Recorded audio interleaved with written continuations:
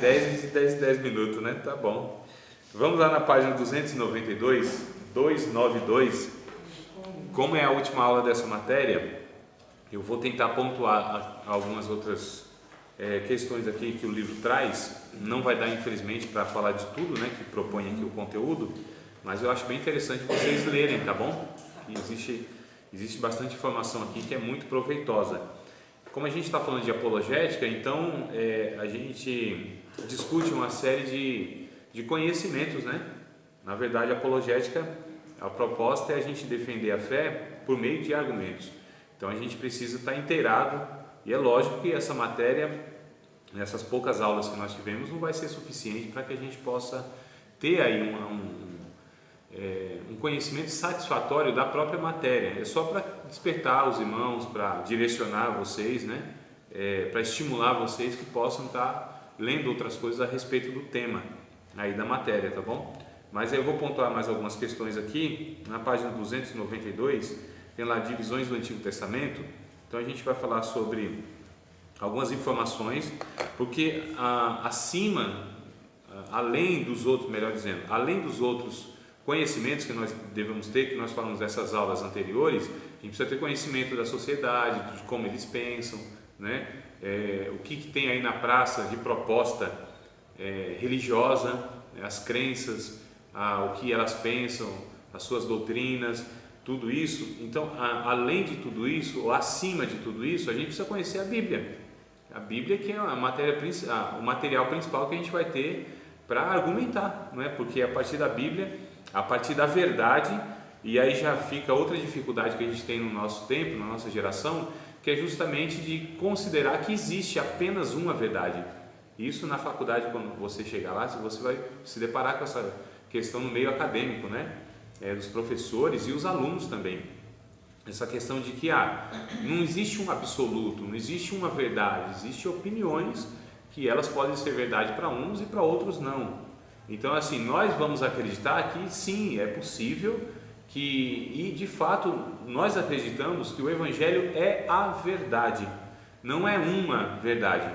Tanto é que quando o próprio Jesus ele diz assim, eu sou o caminho, a verdade e a vida, ele está usando artigo definido e não artigo indefinido. Porque se ele falasse que ele era uma verdade, um caminho e uma vida, então abriria brecha para que houvesse outros, né? Outra verdade, outro caminho e outra vida. Mas ele usa aqui o artigo definido, o e a. Então a gente acredita de fato que há, absoluto. Mas essa geração, a sociedade, como as pessoas pensam, elas pensam de fato que não há. E pelo fato de pensar que não há absolutos, vai desmoronando as bases, na verdade, que a humanidade até então, eles sempre se apoiaram. Quer dizer, existem verdades absolutas. Imagina só, é uma incoerência, na verdade, quando a pessoa fala assim, não existe absoluto. Aí a gente pergunta, mas você tem certeza disso que você está falando? Tem certeza absoluta que você está falando? Né? Então, se tudo é relativo, até mesmo a proposta da relatividade é relativa. Não é verdade? Então é assim, é uma incoerência. Não compreendeu? Né? Então, assim, a gente sabe que é uma incoerência. Mas aí nós precisamos saber que a Bíblia, ela é de fato absoluta, as suas verdades, né? As suas verdades dentro da única verdade. Porque tudo que a Bíblia ela ensina, ela converge para ela mesma. Não há divergência nela, não há ensinamentos contraditórios. Mas é claro que há dificuldades que as pessoas que não conhecem a fundo a Bíblia, ou como deveriam conhecer, até mesmo os cristãos, porque dentro da teologia existe a chamada teologia liberal, que vai considerar justamente isso, que a Bíblia contém erros, né? Que ela não é totalmente a palavra de Deus, ela contém a palavra de Deus, mas aí nós sabemos que isso não é possível, e não há erros doutrinários, porque, por exemplo, se o apóstolo Paulo ele escreveu alguma coisa que contém erro, quem garante que o resto que ele escreveu também não é errado, que não contém erro? Então, se a gente admite que existe erro na Bíblia, então isso põe, na verdade, toda a Bíblia a ser comprometida. Então não é possível. E quando a gente estuda, é por isso que nós precisamos ter com clareza todas essas informações que a Bíblia traz dela mesma, a arqueologia que traz da Bíblia, né? Aliás, não é nem que a arqueologia confirma o que a Bíblia diz, É a Bíblia que está confirmando aquilo que o povo diz, os arqueólogos, os cientistas, os historiadores. Então a Bíblia vai confirmando a história, não é a história confirmando a Bíblia, porque nós partimos de fato do que a Bíblia diz, ela é para nós a verdade absoluta, né? Nós acreditamos nisso e nós nos agarramos nisso, inclusive, para pautar a nossa vida. Como que eu sei que eu tenho que me comportar em tal e tal situação? A Bíblia ensina. Então eu, de fato, eu pauto a minha vida por aquilo que a Bíblia ensina. É por isso que nós somos o povo do livro, né? Nós somos o povo, de fato, que somos cristãos, porque seguimos os ensinamentos de Cristo que está na Bíblia. E o que Paulo, porque alguns questionam assim, mas peraí, Paulo, ele fundou o cristianismo, não Jesus, né? Paulo é que traz mas o próprio Paulo diz, olha, as coisas que eu escrevo, vamos ler o texto lá em 1 Coríntios, eu acho muito interessante esse texto, eu acho que vale a pena a gente até gravá-lo, saber onde que ele se encontra exatamente, né? Eu não vou recitá-lo aqui porque eu esqueci ele na íntegra. Mas vamos lá, capítulo 14, deixa eu ver se eu acho aqui, isso, verso 37, 14 e 37, louvado seja o nome do Senhor. 1 Coríntios, capítulo 14, verso 37. Paulo, ele diz assim, olha, se alguém cuida ser profeta ou espiritual, reconheça que as coisas que vos escrevo são mandamentos do Senhor, né? Então as coisas que eu vos escrevo são mandamentos do Senhor. Então o que Paulo escreve de fato é inspirado por Deus. Olha o que diz Pedro na sua segunda carta de Pedro. Vem para cá para sair na filmagem aqui, ó. Dá tchauzinho lá para a mãe. Isso, pronto. Para a mãe. Tá bom, Adriano. Vamos lá, 2 Pedro, capítulo de número 3, irmãos.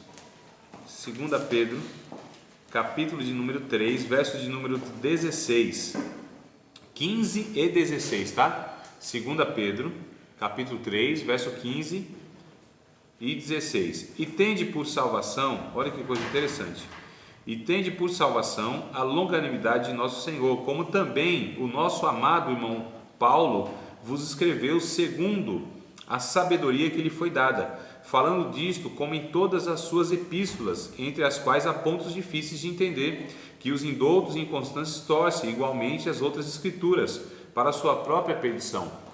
Olha a observação que o apóstolo Pedro faz a respeito dos escritos de Paulo. Ele coloca junto com igualmente as outras escrituras, ou seja, o resto da Bíblia.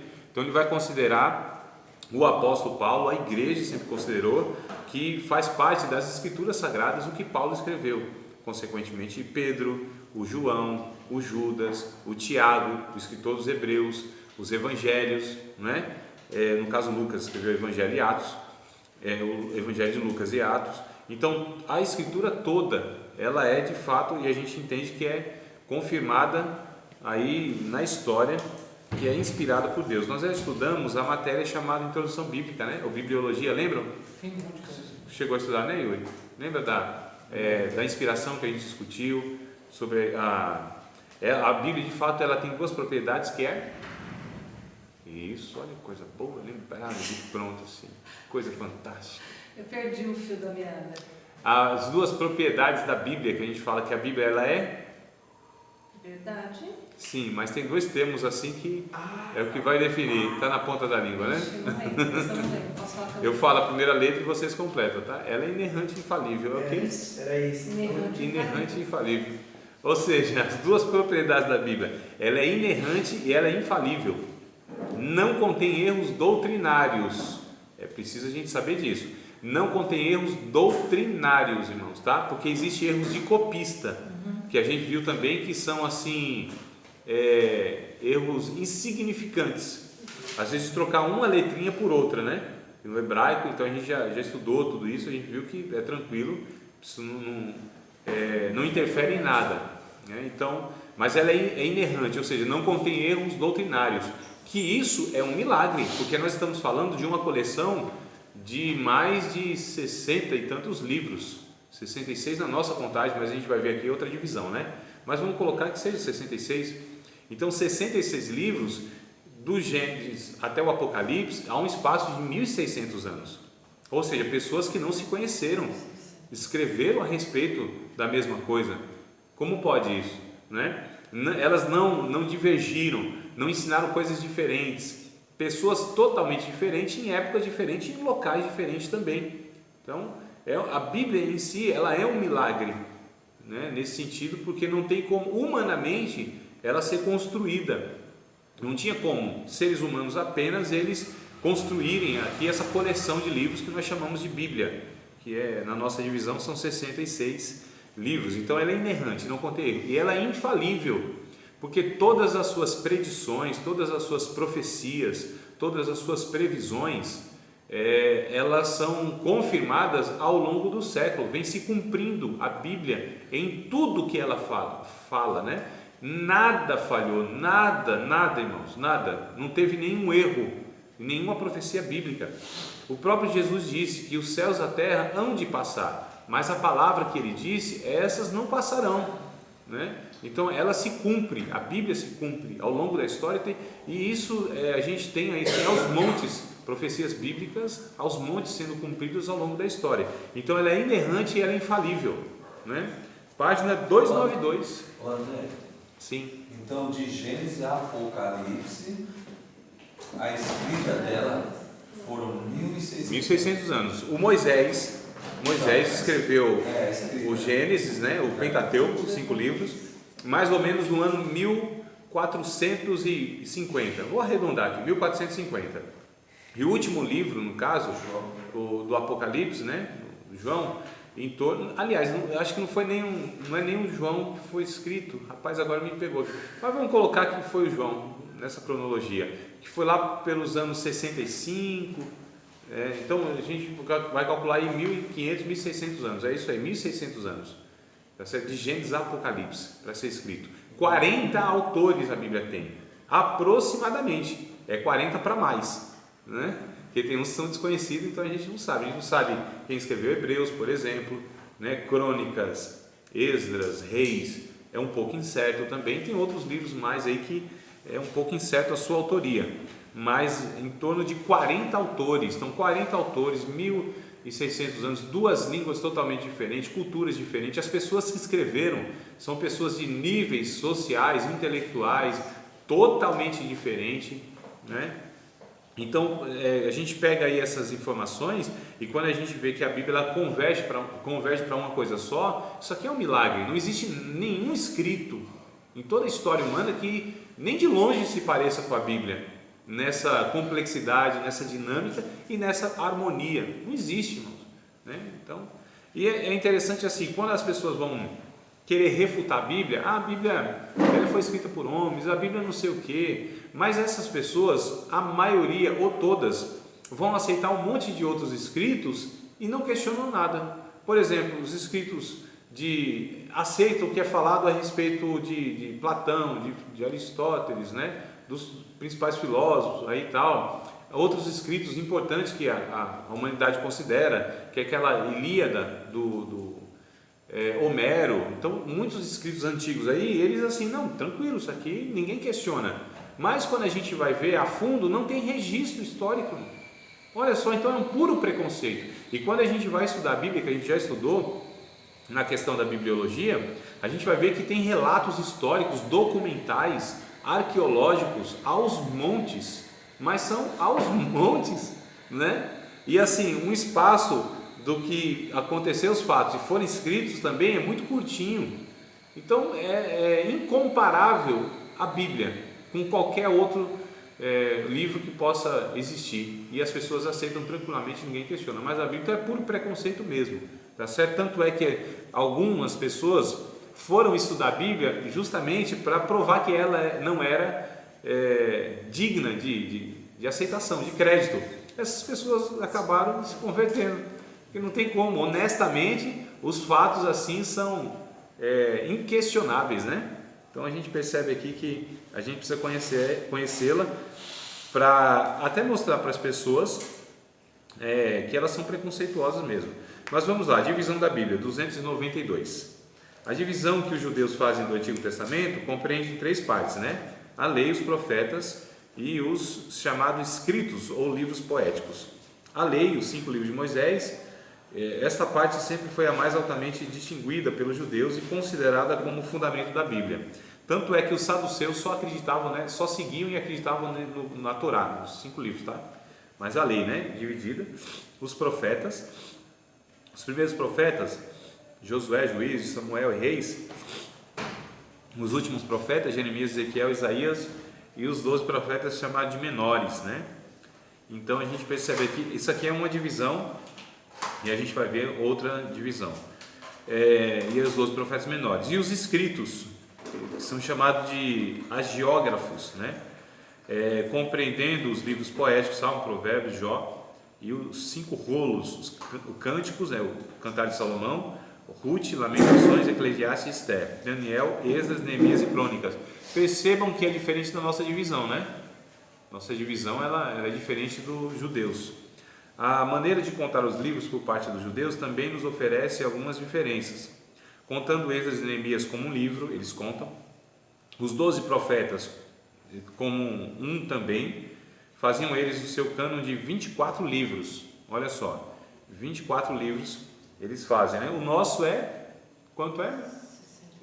Não, do Antigo Testamento, o Novo Testamento eles nem consideram. Tem 7? Não lembro. Tem. Tem 4. Tem. Não. Eu vou espirrar. Pode contar. Eu ia espirrar aqui e segurei. Não segura não, pode espirrar, né? Irmãos, a nossa contagem é de 39 livros do Antigo Testamento. Talvez veio 37 porque é 27 o Novo, né? 7. Então o Novo é 27, mas eles nem consideram o Novo Testamento, só o Antigo Testamento. Então para eles aqui são 24 livros. Por conta disso, eles consideram então Reis, Crônicas como um só. E nós não, né? Então são 24 livros, reunindo Juízes e Ruth, Lamentações e Jeremias, então fazem 22 livros. Justamente o número das letras do alfabeto hebraico no caso. O livro de Daniel se encontra na terceira parte e portanto ele é chamado escritos, não considerado poético, e nós consideramos Daniel como profeta, inclusive profeta maior, né, por conta do volume. Então nós temos alguns critérios e os judeus têm outros critérios, mas são os mesmos livros, é só as divisões que vão diferir, tá, irmãos? Lá em Lucas 24, 44 Jesus vai falar, então, vai confirmar essa divisão aqui, né? Ou seja, que é a lei, os escritos, no caso, e os profetas. Não está escrito de mim, né? Lá na lei, nos escritos e nos profetas, não é nem sei se é escrito que ele usa o termo, mas aí no caso seriam os livros que nós consideramos como poéticos, e os profetas, os maiores e os menores. É 24 e 44 mesmo? De Lucas? Leia, irmã velha, por favor. Acho que é. E disse-lhes, são estas as palavras que vos disse, estando ainda convosco, que convinha que se cumprisse tudo que de mim estava escrito na lei de Moisés e nos profetas e nos salmos. E nos salmos. Os salmos aí no caso são os escritos, né? São os livros poéticos, a referência que faz. Então essa é a divisão dos judeus e a nossa um pouco diferente. Então é bom a gente ter isso em mente também. Deixa eu pular aqui para a página seguinte, a 294, para a gente falar sobre a infalibilidade dos autógrafos originais, que é o que eu adiantei aqui, mas eu quero detalhar um pouquinho mais. E aí a gente vai comparar inclusive a Bíblia com outros escritos religiosos que tem, tá? Lá embaixo, 294, mas na coluna da direita, né? Lá embaixo, a infalibilidade dos autógrafos originais. Acharam, irmãos? Precisamos, como próximo passo, levantar a pergunta: que tipo de registro este há de ser? Contendo erros de vários tipos ou um registro livre de qualquer erro? Se esta revelação escrita contém erros, então dificilmente poderá cumprir o seu próprio propósito, que é o de transmitir aos homens, de maneira digna de confiança, a vontade de Deus para a sua salvação. Por que é assim? Porque um erro comprovado numa parte faz surgir a possibilidade de haver erros em outras partes da Bíblia. Sob exame, acaba sendo uma mistura de verdade e erro. Então fica sendo um livro como qualquer outro. É o que eu disse, se a gente considera que existe algum erro na Bíblia, e não existe de fato, não, tá certo? Pelo estudo minucioso, a gente vai perceber que não existe. Mas se houver essa possibilidade, então quem garante que o resto também não está errado, não é? Mas a gente percebe que e o propósito da Bíblia é justamente transmitir a vontade de Deus para a salvação do homem. Então a Bíblia, ela vai, porque tem irmãos ou tem pessoas que querem achar na Bíblia aquilo que a Bíblia não se propõe a mostrar, irmãos. Mas está escrito isso aqui na Bíblia? Não está escrito isso aqui na Bíblia, mas a Bíblia não se propõe a explicar aquilo que a gente quer que ela explique.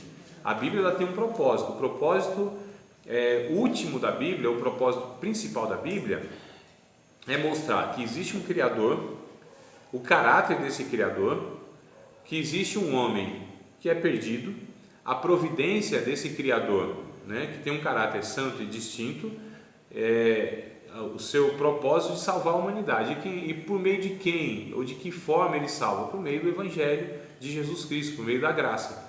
Então esse é o propósito da Bíblia. A Bíblia, ela não vai responder aquilo que essa geração está querendo que ela responda. Não vai falar sobre um monte de coisas que não tem intenção. Então Deus, ele deixou na Bíblia registrado aquilo que é necessário para que o homem saiba, para que ele seja salvo. Tá certo, irmão? Tem algumas questões que ficou na nossa mão mesmo. Alguns pepinos sobraram para nós, alguns abacaxi, né? Sobraram para a gente descascar com a faca cega, ainda por cima. Eu falei na aula passada, se não me falha a memória, a respeito assim que o apóstolo João, o apóstolo Pedro não teve que escrever sobre pornografia na internet, por exemplo. Falei, não foi? Para vocês não? Não foi conosco. Não foi? Tá bom, deve ter sido. Porque essa matéria eu estou dando mais em 2 turmas, né? Então um monte de coisa que eu falo em uma que eu não falo em outra. Vale a pena vocês assistirem. Então aí outra turma, tá certo? Assiste, né? E não tem, Maíra, coisas que eu não falo, né, para vocês e falo em outra, né? A aula não é essa aula engessada, não é aula programada, né? A aula aqui é pentecostal. A gente sabe como começa, como acaba ninguém sabe. É aquele negócio, né? Lógico que os pontos eu procuro sempre colocar bem parecidos e tal, mas tem coisas de fato que a gente vai falando no decorrer da aula, né? Minha aula, não é aquela aula que ela de fato é livre, é espontânea, né? Então tem muita coisa que eu mesmo vou pensando ao longo da aula e vou falando, coisa que eu falei, nossa, olha, nem eu tinha pensado nisso. Como eu falo para vocês, né? Acho que vocês têm a impressão assim, nossa, André, olha um monte. Ele vai falando assim, tudo, ele fala, não, tem coisas que de fato, irmão, na aula mesmo, à medida que a gente vai falando, vai vindo assim na mente, e eu considero que é o próprio Deus, até mesmo, né, ensinando para mim e para nós todos, inclusive eu. Então o professor não é aquela pessoa que detém o conhecimento, não, que também é ensinada, porque nós consideramos que estamos na presença de Deus e que é o Espírito Santo que de alguma maneira direciona aqui as nossas reuniões mensais, né? Muitas vezes, né?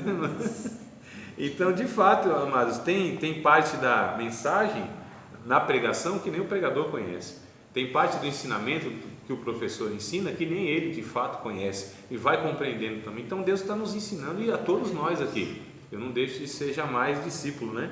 Sendo discipulado e discipulando. Então essa é uma realidade, glória a Deus por isso, graças a Deus. Mas então, amados, eu estava falando do que mesmo antes disso?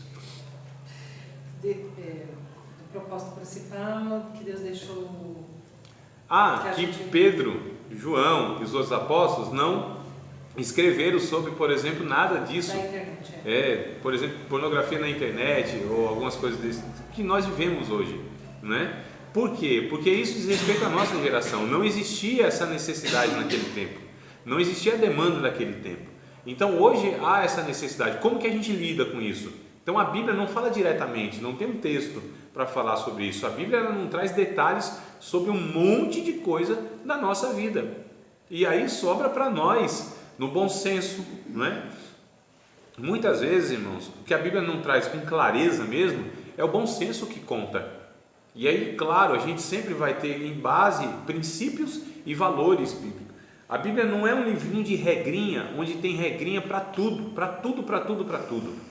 Então, o que a gente vai ter que fazer? A gente vai ter que conhecer os princípios e os valores que a Bíblia apresenta. A partir desses princípios e valores que não podem ser feridos, né? Não podem ser anulados, aí a gente vai então extraindo, no caso, lições ou ensinamentos para que a gente aplique na nossa vida no que tem hoje. Então essa é a questão. Então tem muitas pessoas que falam, mas a Bíblia não fala isso. A Bíblia, por exemplo, a Bíblia não fala sobre não fumar maconha. Não fala o que a Bíblia fala, né? Vós maconheiros não entrarão no reino dos céus, né? Ai de vós ai de vós que amais a cannabis sativa, vocês entristecais o Espírito Santo. Não fala essas coisas, né, irmão? Então assim, esse negócio sobrou pra gente, né? Há de vós que assistir a Globo nas 19h30. Que hora começa aquela novela que eu não sei? Sei lá. Então, ninguém quer se entregar agora, ó. Então vamos lá, amados. Então aí a gente precisa conhecer a Bíblia, os seus princípios, valores, para que a gente possa ter uma resposta, porque assim, a Bíblia de fato, ela é a vontade de Deus para o homem, né? Para que o homem se salve. Então a salvação, nós temos a clareza da mensagem da salvação. E aquilo que a gente não tem a clareza, mas nós temos os princípios e os valores bíblicos. Então a gente precisa entender muito claramente a vontade de Deus para a nossa vida, para que a gente possa repartir essa vontade de Deus para as outras pessoas.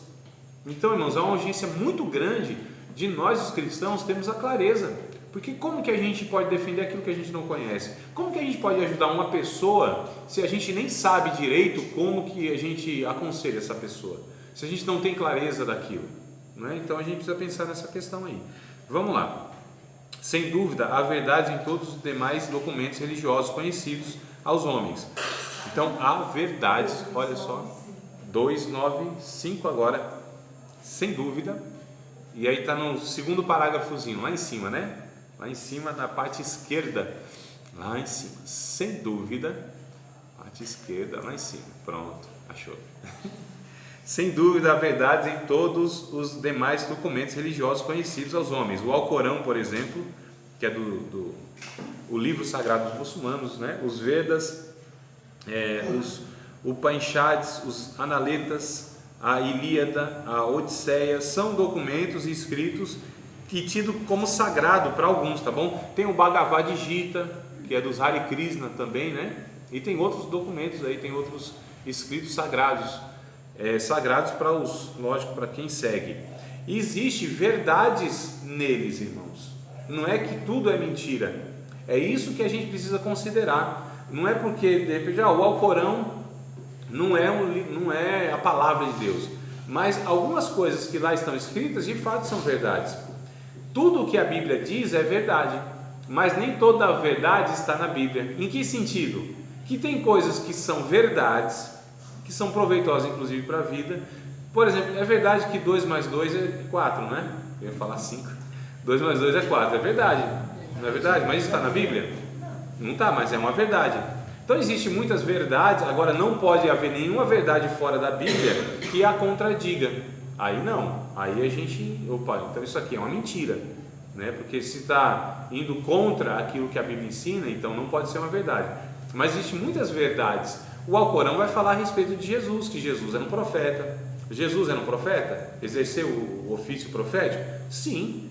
Agora, como que eles colocam Jesus só como um profeta? Aí não é toda a verdade. Então, existem muitas coisas que são verdades e muitos escritos. É por isso que nós não desconsideramos.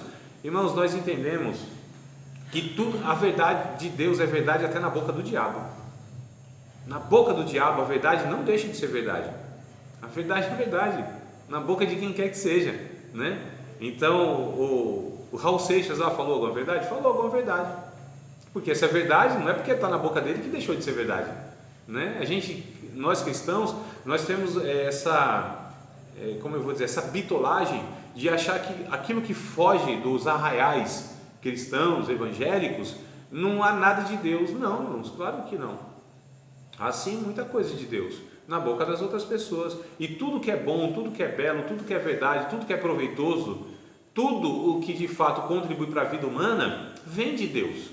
E vem por meio de pessoas que a gente duvida que é de Deus. E não são, algumas não são, e muitas não são. Mas o que elas produzem, aí sim, porque é um empréstimo de Deus para essas pessoas. Lembra que a gente falou sobre a graça comum? O que é a graça comum? É um empréstimo de Deus, de tudo que é bom. Porque o que diz Tiago 1,17? Tiago 1,17. Exatamente, 1,17.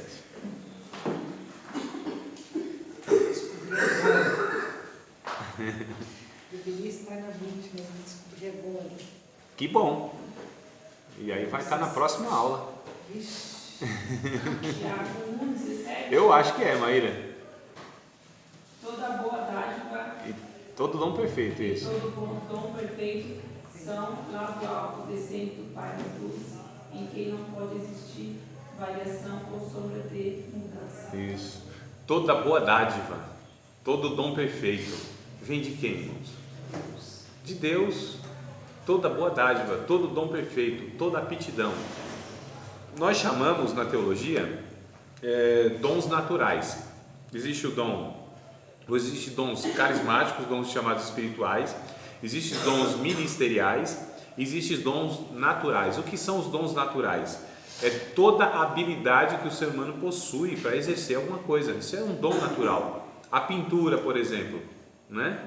É um dom, né? A arte, o esculpir é um dom. Então, aí quando a gente pega lá o Antigo Testamento, nossa, será que eu vou achar? Êxodo, eu acho que é Êxodo, irmãos. Êxodo, vamos ver se a gente acha aqui, eu acho que é 33, vamos ver. Onde o tabernáculo ia ser feito, e aí precisava de pessoas, quase não é não, mas vamos achar esse trem aí. Eu acho muito interessante essa passagem e ela vai explicar para a gente, vai mostrar para a gente, né, melhor dizendo, é 31, tá? Êxodo 31. Vai mostrar para a gente que Deus é aquele que dá aptidões, dons a todos os homens. Agora, como esses homens usam, é outra história. A finalidade para que eles usam, a quem eles atribuem tudo isso, é outra história.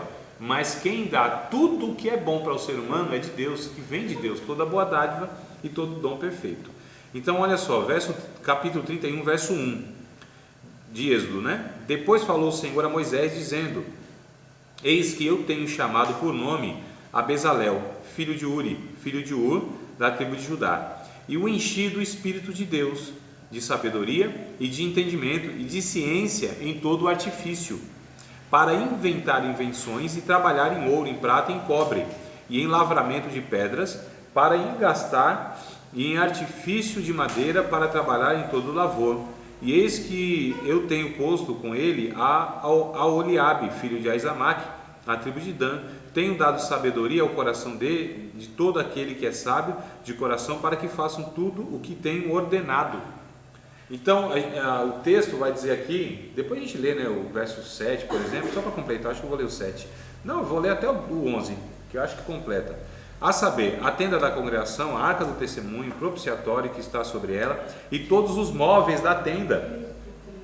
Verso 8, e a mesa com seus utensílios, e o castiçal puro com todos os seus utensílios, e o altar do incenso, e o altar do holocausto com todos os seus utensílios, a pia com a sua base, e as vestes do ministério, e as vestes santas de Arão, o sacerdote, e as vestes de seus filhos para administrarem o sacerdócio, e o azeite da unção, e o incenso aromático para o santuário, farão conforme tudo que eu tenho mandado. Então, olha as habilidades que Deus deu para esses dois homens, para que eles fizessem tudo isso, irmãos, tá certo? Esculpisse, obra de ouro, as vestes, tecessem, a mistura, né, dos elementos lá para fazer o óleo da unção, são 5 elementos no mínimo. Então tudo isso foi o Espírito de Deus que capacitou essas pessoas a realizar.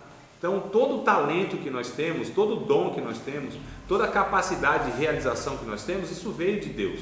É Deus que dá essas coisas.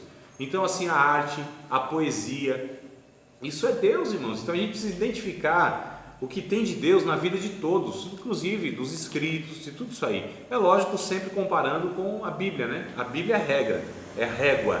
A Bíblia é o parâmetro, é o modelo. A Bíblia é o crivo para nós. Então tem que passar pelo crivo bíblico para saber, isso aqui é verdade ou não é. Mas aí vem muita coisa. Eu costumo falar brincando, porque assim, se está na boca de quem não é crente, não é verdade, mas de um crente a gente aceita tudo que ele fala, não é?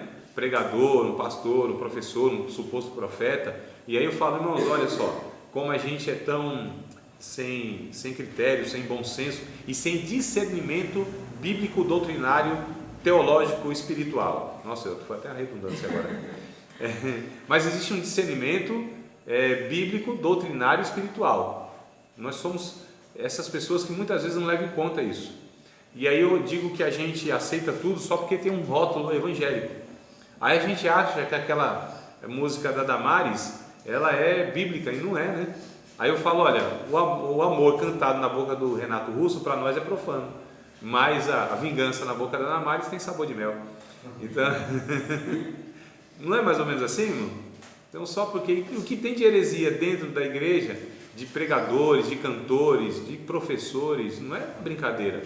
E a gente às vezes não tem esse filtro, não tem esse discernimento bíblico doutrinário, porque a gente aceita só pelo fato de ter um rótulo cristão, não é? E o anticristo virá da onde, irmão? E os anticristos vêm da onde? O João disse, saíram de nós, vieram de nós. Muitos anticristos já têm surgido aí, porque eles saíram de nós, eram do nosso meio. Paulo vai falar sobre esses irmãos, o próprio João também vai falar, que eles estão, aliás, o João no Apocalipse também ele fala, ó, nem todo mundo que é de Israel é israelita, né? Tem gente que é da sinagoga de Satanás, irmão, da escola de Satanás. Então nem todo mundo que é de Israel, ele é israelita. Nem todo mundo que está no nosso meio, e usa a palavra de Deus, eles estão falando de fato aquilo que é correto na palavra de Deus. A gente precisa ter muito cuidado nisso aí. Então a gente precisa ouvir Deus em todos os meios, inclusive no nosso meio. Por isso eu fico pensando, né? O julgamento que tinha anterior, até mesmo depois desse documentário que eu vi lá da Rosuda, falei, nossa, não tem mais por causa dessas palhaçadas que vem por aí, né? Eu acho que o senhor olha e fala assim, deixa pra lá, não está entendendo nada, porque antigamente acho que era mais, né? O pessoal era crente de verdade, né? Se era cristão ou não era. Agora hoje tá. É uma impressão que a gente tem, né, Maíra? É uma impressão, mas na verdade, quando a gente estuda a história mesmo, aliás, quando a gente lê a Bíblia, a gente vê que sempre houve essas coisas. Sim. Sempre houve. Mais escancarado. Talvez hoje, porque nós temos informação assim mundial, né, global, né? Então a gente sabe o que acontece no mundo todo pela internet. Então talvez seja a informação. A informação talvez dê essa impressão. É lógico, aumentou, então, lógico que aumentou. Mas se também já tinha desse lá, né, nas outras épocas lá, mas pelo menos você vê a manifestação do Espírito Santo agora hoje. Então depende, Maíra, depende. Sabe por que a gente julga isso? Eu entendo por que a gente pensa assim. Porque a gente tem esse olhar a partir do lugar onde a gente convive, ou dos lugares onde a gente tem acesso. Mas, por exemplo, se a gente pegar hoje a Coreia do Norte e alguns lugares da África, o Espírito de Deus está sendo derramado da mesma forma que era em Atos dos Apóstolos. O que está tendo de colheita... Vamos generalizar, né? Todo mundo aqui a gente, né? Vive só aqui, mas eu creio que em outros lugares também haja essa manifestação. E há.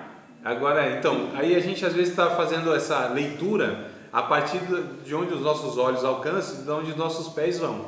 Então aí dá esse, poxa, aí se a gente faz uma avaliação, olha, mas há 20 anos mais ou menos, era diferente de fato. A gente tem percebido essa mudança no Brasil, né, dessa decadência, por quê? Entre outros motivos, entre outros fatores, tem crescido demais a população dos evangélicos. Né? Então, se a gente pegar as 2 décadas para cá, o aumento que teve, hoje nós somos em torno de 45 milhões para mais de evangélicos no Brasil. Há 20 anos, jamais, não era, isso quase que dobrou de lá para cá. Se a gente pega a década de 80, nossa, isso quase triplicou. Aí o que acontece? A aceitação das pessoas nas igrejas já não passam por aquele critério que passava antes. Perdeu-se o controle de muita coisa, né? No Brasil, principalmente, houve muita cisão Então, muitos, por exemplo, de onde saiu a Universal? De onde saiu a Igreja da Graça? De onde saiu o tal do Agenor Duque e o Valdomiro Santiago? De onde saiu? Da Universal. Não, de onde saiu a Universal? Ah, né? não, eu sei que uma congregava na igreja. Isso, então, certo, havia a Igreja da Nova Vida no Rio de Janeiro, Igreja da Nova Vida do Robert McAllister, onde congregavam lá, eram 2 obreiros, o Romildo Rodrigues Soares e o tal do Edir Macedo, inclusive não é cunhado do outro, se vocês não vocês sabem, né? Você falou uma vez. Isso. Eu não lembrava, mas você falou. Não, eu sei que o Edir Macedo com... É casado com a irmã dele. Da Graça. Casado com a irmã do... Isso, é do cunhado, exato. Isso, Um é cunhado do outro. Mas os 2 eram da Igreja da Graça, né? E aí houve essa cisão. O Valdomiro Santiago também era da Universal. Então assim, vai se desdobrando, é um herege saindo de outro herege e formando e multiplicando essas heresias. Então assim, hoje aí tem essa impressão não, de fato tem essa constatação que há muitas pessoas hoje professando a fé evangélica, mas a sua vida não condiz com isso. E é lógico, nisso a gente vai percebendo, olha, todas os países que houve ou quase todos, que houve esse número muito, assim, de uma hora para outra, cresceram demais no número dos evangélicos, sempre houve essa decadência espiritual. Nos países democráticos sempre houve essa decadência espiritual. Quando a gente pega a perseguição, quando a gente pega a história mesmo, onde o povo de Deus era minoria, a gente vê uma pureza maior, uma purificação maior, uma seriedade maior, né? Porque de fato, os que eram mesmo, porque havia um preço a pagar por professar o Evangelho. Na Coreia do Norte, por exemplo, para você ser lá um seguidor de Cristo, ou você é ou não é. Uma pessoa se ela não é convertida, se ela de fato não teve encontro com Cristo, ela não vai se sujeitar à morte, à privação de direitos civis e etc. Agora no Brasil, a democracia, e aí depois foi tendo foi aumentando e o povo evangélico foi visto como gente que votava então pelos políticos, né? Era gente boa. O comércio, né? Então hoje, irmãos, quem são os evangélicos hoje? Economicamente é visto de uma forma, eleitoralmente é visto de outra forma, né? Então essas questões beneficiam, então não vamos perseguir esse povo, porque esse povo agora está nos beneficiando de alguma maneira. Mas assim, a gente tem essa ideia falsa, então, nossa, o Espírito Santo não é mais derramado, Deus não opera mais milagre. Não, aonde?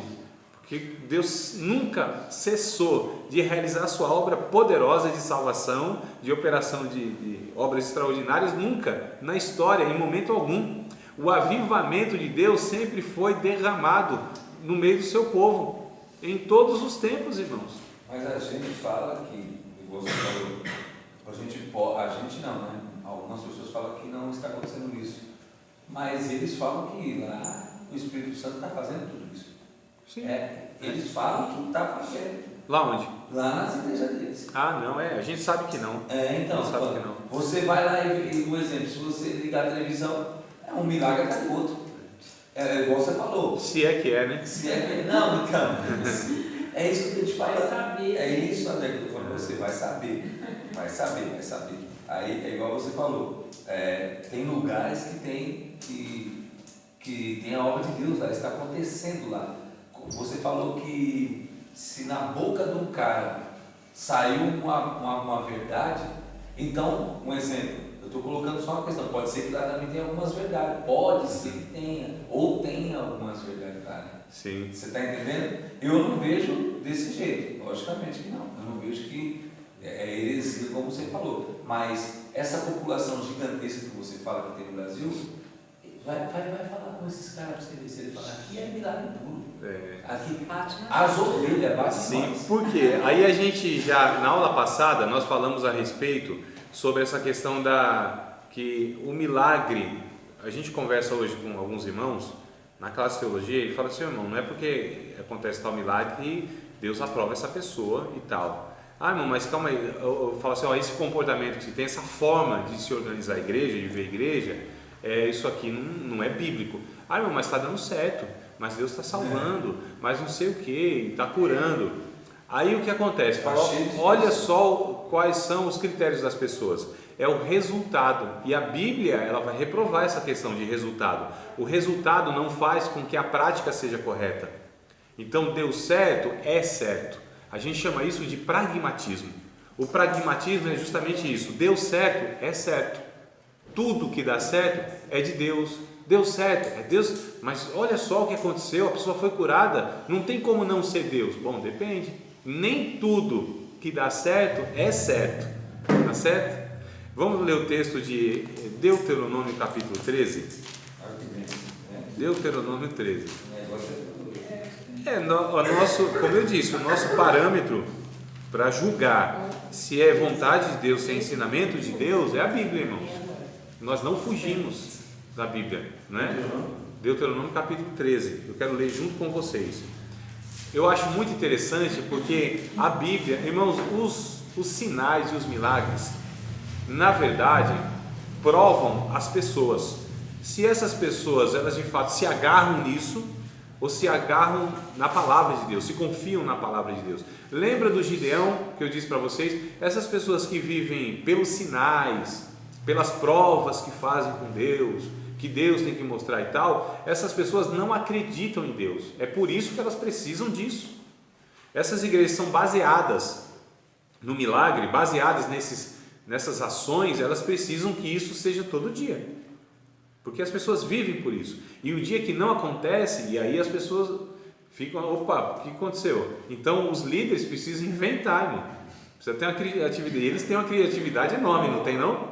Nossa! Sustentar tudo aquele povo. É cada criatividade para ter uma coisa nova. E tem mesmo. Né? Quando a gente fala, nossa, olha só que criatividade.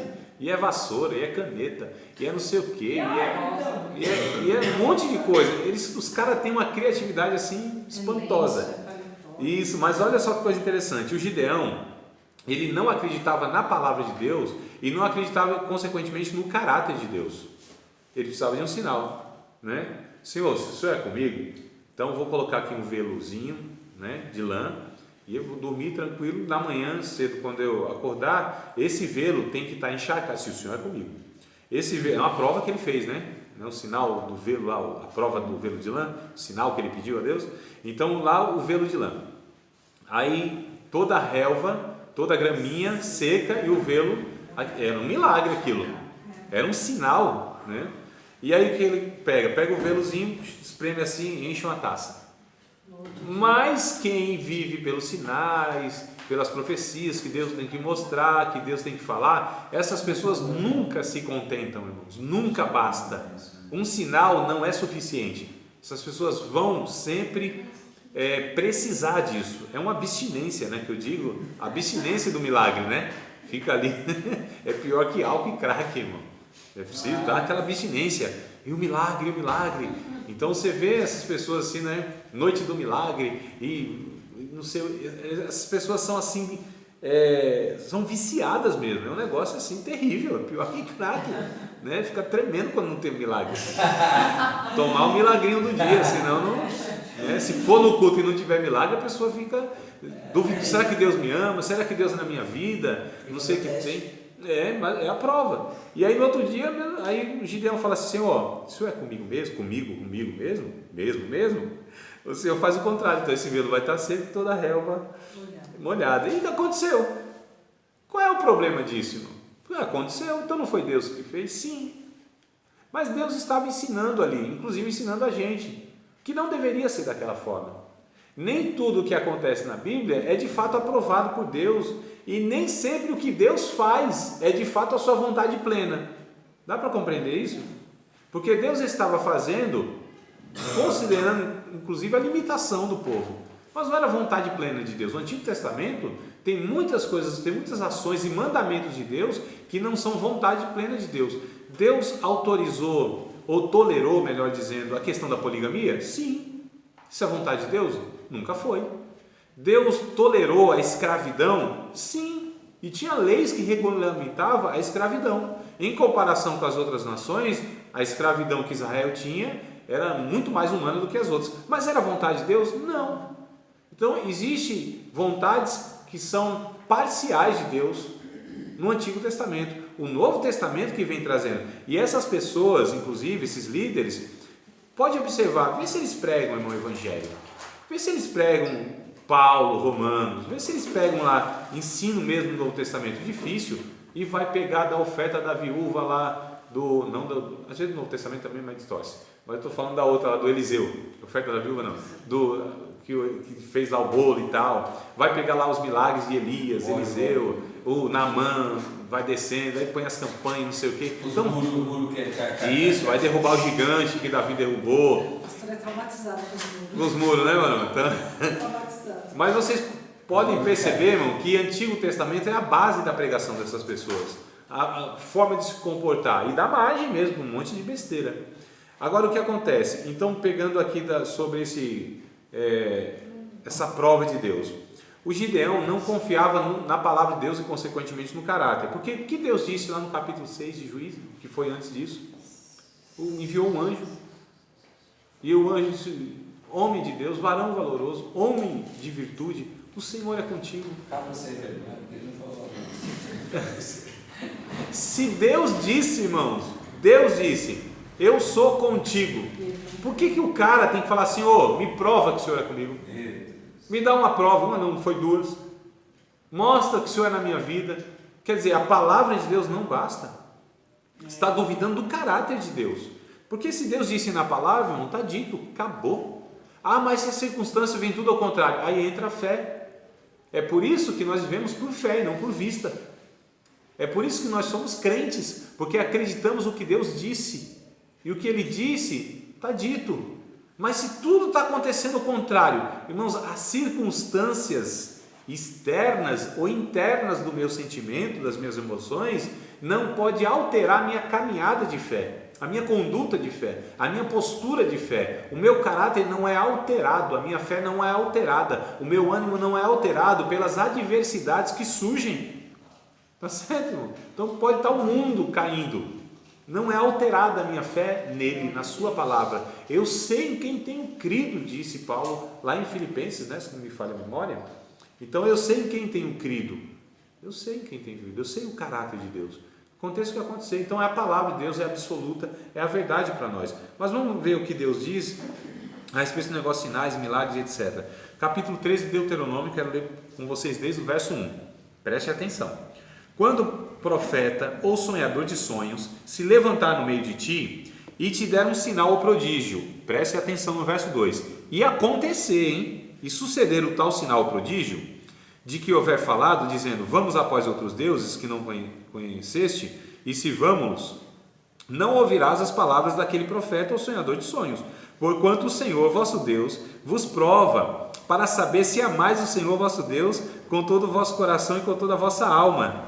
Após o Senhor vosso Deus andareis, e a Ele temereis, aos seus mandamentos guardareis, e a sua voz ouvireis, e a Ele servireis, e a Ele vos achegareis. Aquele profeta, o sonhador de sonho, morrerá, pois falou rebeldia contra o Senhor vosso Deus, que vos tirou da terra do Egito e vos resgatou da casa de servidão, para vos apartar do caminho que vos ordenou o Senhor vosso Deus, para andardes nele, assim gerarás o mal no meio de ti. Olha só o que está falando o texto. Se um profeta, um sonhador de sonho, ele te falar que um sinal vai acontecer, esse sinal acontecer, mas ele te levar para longe do Senhor, não siga, porque Deus permite que o sinal aconteça para provar o que está no teu coração, para ver o que você segue, se é o sinal, se é o milagre, ou se é o que Deus disse, ou se é o que Deus fez, que foi tirar esse povo da terra do Egito, que foi dizer para esse povo: eu sou o Senhor, não sigam outros deuses. E as pessoas têm seguido, irmão. Tem seguido os sinais. E outro Deus. Aí fala assim: mas calma aí, André, eu nunca vi nenhum desses charlatões, esses picaretas da fé, esse 7-1, né? 7-1 evangélico, eu nunca vi